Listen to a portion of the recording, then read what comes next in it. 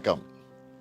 நம்ம திராவிட மாடல் ஆட்சி பொறுப்பேற்ற பிறகு ஒவ்வொரு திட்டத்தையும் பார்த்து பார்த்து செயல்படுத்திக்கிட்டு இருக்கிறோம். அந்த வரிசையில் என்னுடைய மனசுக்கு பிடிச்ச திட்டமாக உருவாகி இருக்கிறது தான் தாயுமானவர் திட்டம். கூட்டுறவுத்துறை சார்பில் வயது முதிர்ந்தோர் மற்றும் மாற்றுத்திறனாளிகளின் வீடுகளுக்கு சென்று ரேஷன் பொருட்களை வழங்குகிற தாயுமானவர் திட்டத்தை தொடங்கி வைக்கிறதுல மகிழ்ச்சி அடைகிறேன். இப்படி அரசோட சேவைகளை மக்களோட வீடுகளுக்கே தேடி சென்று கொடுக்கிறது இந்தியாவுக்கே முன்மாதிரி முயற்சி. ஒரு திட்டத்தை அறிவிக்கிறதோட கடமை முடிஞ்சிடுறதா நாம் நினைக்கிறது இல்லை. அந்த திட்டத்தோட பயன் கடைகோடி மனிதரையும் சென்று சேருதான்னு கண்காணிக்கிறதையும் கடமையாக நினைக்கிறேன்.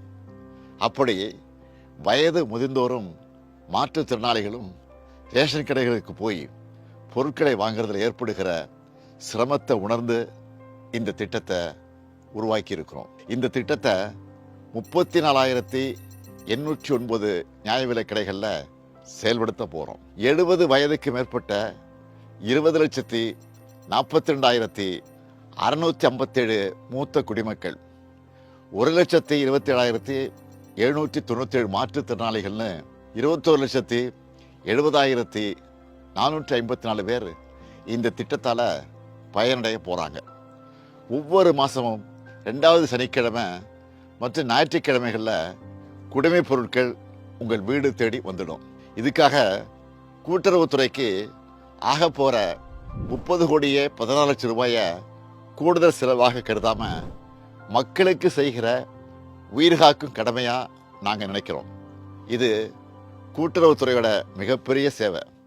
அந்த துறை அதிகாரிகள், அலுவலர்கள், கடை விற்பனையாளர்கள் செய்ய போகிற மிகப்பெரிய கடமை.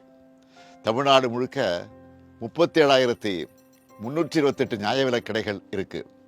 இதில் கடந்த 4 ஆண்டுகளை மட்டும் 2,394 புதிய நியாய விலை கடைகளை திறந்திருக்கிறோம். தலைவர் கலைஞர் வழியில் இந்த நியாய விலை கடைகளை நாம் முறையாக சிறப்பாக நடத்துறதுனால தான் தமிழ்நாடு இன்னைக்கு பட்டினிச்சாவி இல்லாத மாநிலமாக இருக்குது. இந்த ரேஷன் கடைகளோட பயன்பாட்டை இன்னும் எளிமையாக்க முயற்சிகள் எடுத்திருக்கிறோம். இந்த நேரத்தில் கூட்டுறவுத்துறை அதிகாரிகள் மற்றும் அலுவலர்களுக்கு நான் வைக்கிற வேண்டுகோள் என்பது, இந்த திட்டத்தோட நோக்கம் 100 விழுக்காடு நிறைவேறுகிற வகையில் உங்களுடைய பணி அமையணும். உங்களை எதிர்பார்த்து காத்திருக்கிற முதியவர்களும் மாற்றுத்திறனாளிகளுக்கும் மனம் குளிர்கிற வகையில் நீங்கள் கனிவாக நடந்துக்கணும். நீங்கள் வாங்குகிற நல்ல பெயர்தான் ஆட்சிக்கு கிடைக்கிற பாராட்டு. நன்றி, வணக்கம்.